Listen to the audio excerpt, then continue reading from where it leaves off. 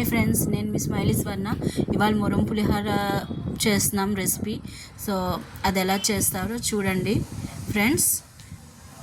ఇదిగోండి, ఫస్ట్ నేను పల్లీలు వేయించుకుంటున్నాను. తర్వాత నూలుపప్పు ఎండుమిరపకాయలు కలిపి వేయించుకుంటున్నానండి. చాలామంది నూలుపప్పు వేసుకుంటారనమాట. ఇదిగోండి, ప్యాన్లో ఆయిల్ వేసి ఆయిల్ కొంచెం హీట్ అయ్యాక శనగపప్పు తాలింపు అనమాట. దీనికి కావాల్సిన పులిహోర పోపు లాగా వేసుకుంటాం. శనగపప్పు, ఆవాలు,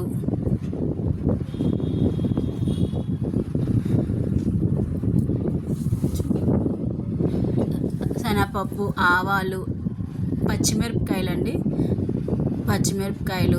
కరివేపాకు, ఇంగువ, ఎండుమిరపకాయలు ఇవన్నీ వేసుకుని కొంచెం ఫ్రై చేసుకుంటాం. వేగాక ఇంగు వాసన పడుతుంది కదండి, అప్పుడు పల్లీలు మనం ఇందాక వేసుకున్నాం కదా, కొంచెం అది వేసుకోవాలి. పల్లీలు వేసుకొని కొంచెం వేయించుకోవాలి. పోపు వేగే వరకు అలాగా ఫ్రై చేసుకోవాలి. మంచి అరోమా అన్నది వస్తుందండి. ఆ స్మెల్, ఇంగు వేసాం కదా, సో ఆ వాసన చాలా బాగా వస్తుంది. ఇదిగోండి చూడండి, పోపు అలా అని మాడకూడదు, గోల్డెనిష్ బ్రౌన్ కలర్లో ఉండాలి. ఇదిగోండి, ఇంగువ వేస్తున్నాను చూడండి. చాలా బాగుంటుంది ఫ్రెండ్స్, ఇంగువ వేస్తే దీనికి టేస్ట్, ఆ ఫ్లేవర్ కూడా చాలా బాగుంటుంది. సో ఇదిగోండి, ఇంగువ తర్వాత పక్కన మనం చింతపండు పుల్ల రెడీ పెట్టుకోవాలన్నమాట, నానపెట్టుకుని. ఇదిగోండి, నేను ఒక వేరే బౌల్లోకి తీసుకున్నాను ఆ పోపు అన్నది. తర్వాత ఇదిగోండి, మళ్ళీ ప్యాన్లో చింతపండు నానపెట్టుకుని కొంచెం మరగాలండి. ఆ చింతపండు గుజ్జు తీసుకుని ఆ గుజ్జు కొంచెం మరుగుతుండగా ఇదిగోండి చూసారా, మరుగుతున్నది.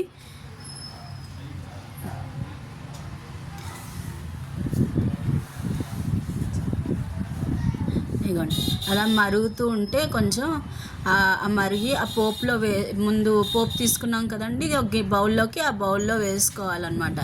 ఆ పోపులోకి ఆ చింతపండు పుల్లంతా వేసుకుని మళ్ళీ మనం ఎంత ఉప్మా అనుకున్నామో, ఒక 1 గ్లాస్ ఉప్మాకి 2 గ్లాసెస్ ఆఫ్ వాటర్ అండి.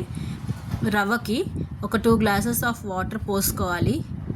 నేను 2.5 పోసుకుంటాను, ఎందుకంటే కొంచెం మెత్తగా వస్తుంది కదండి. మెత్తగా ఈ ఎండాకాలంకి అది బాగా బిర్స్ అయిపోకుండా ఏంటంటే కొంచెం మెత్తగా వస్తుంది, బాగుంటుంది కూడా. మరి అంత పొడిగా కూడా నచ్చదు. సో అందుకు ఇదిగోండి వేసుకున్నాను.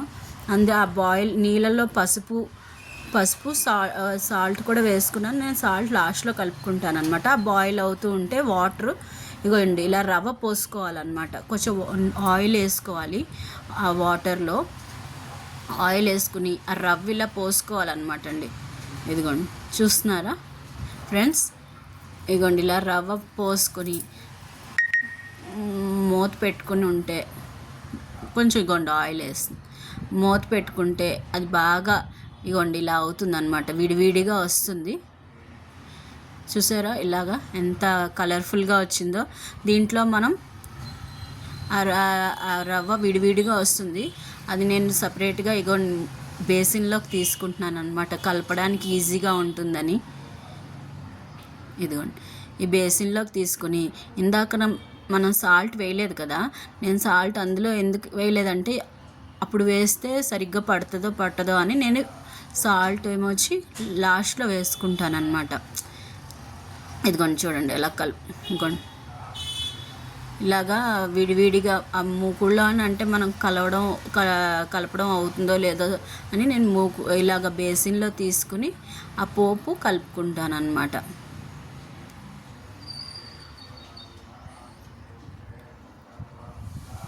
ఇదిగోండి అలా విడివిడిగా ఉండలు లేకుండా వచ్చేస్తుంది. మనం ఇదిగోండి సాల్ట్ ఇప్పుడు వేసుకుంటున్నాం అనమాట. సాల్ట్ వేసి ఆ పోపు అలా కలిపేసుకోవడమే.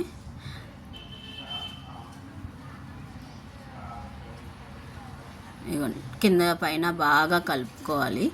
కింద నుంచి పైకి కలుపుకుని ఉండలు లేకుండా చూసుకోవాలండి. చూసుకుని ఆ పోపు ఇందులో కలిపేసుకోవడమే.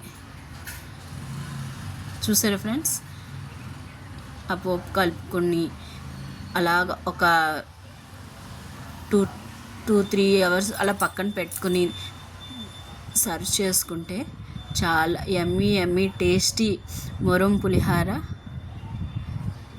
తినడానికి చాలా బాగుంటుంది. రెడీ అయిపోయిందండి మొరం పులిహార.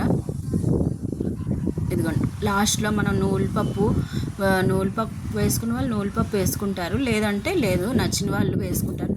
నూలుపప్పు వేసుకుంటే దీని టేస్ట్ కూడా వేరే లెవెల్ ఉంటుందండి. ముందు ఒక నూలుపప్పు ఎండుమిరపకాయలు వేయించుకొని దాన్ని మిక్సీ పెట్టుకుని ఆ పౌడర్ వేసేసుకోవడమేనండి. ఇందులో చాలా బాగుంటుంది టేస్ట్.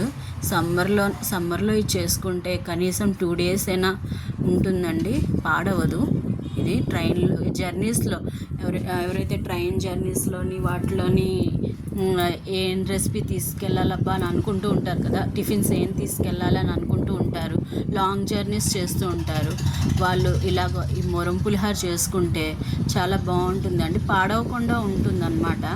ఇలా ఈ మొరం పులిహార అయితే పాడవదు. అదే దద్దోజనం అయితే పులుపు అయిపోవడం, పాడైపోవడం నెక్స్ట్ రోజుకి అలా అవుతుంది. కానీ మొరం పులిహార ఇంచుమించు 2 to 3 days వరకు ఉంటుందండి. లాంగ్ జర్నీస్ వాళ్ళకి చెప్తున్నాను నేను. సో ఇదిగోండి, చూసారా లాస్ట్లో ఇలా వస్తుంది కలుపుకుంటే. చూడండి ఎంత కలర్ఫుల్గా ఉందో. Thank you friends.